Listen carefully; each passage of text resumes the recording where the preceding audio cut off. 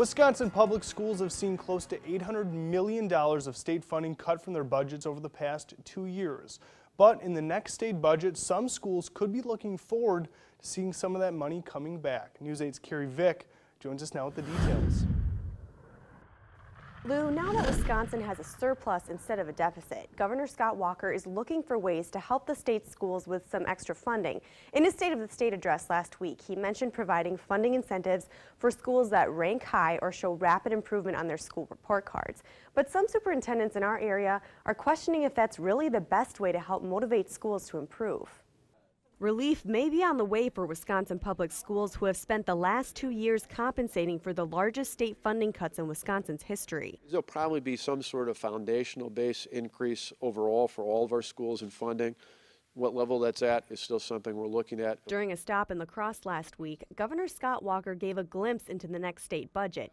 He's proposing a plan to reward schools that perform well. It'd be a pot of money that each year you'd set aside for the schools where they'd get it as an incentive in 2 categories, either for high attaining or for those with rapid growth. But West Salem School District Superintendent Troy Gunderson says extra money does not always equal extra effort from schools. I think we're mistaken if we continually focus in on assuming that teachers, educators, schools in general are continually driven by, hey, if I do a little bit more, I'll make a little bit more.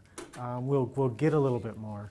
It just doesn't work that way. The motivators are all driven by seeing success. Walker is also considering one-time grants for low-ranking schools who have a good plan for improvement. It's an idea La Crosse School District Superintendent Randy Nelson says may not lead to long-term solutions. It takes people when we're working with students, and so one-time grants tend not to be able to sustain something that you might try to do unless what you're going to do with a one-time grant is use it to purchase supplies or programs that might make a difference and support students.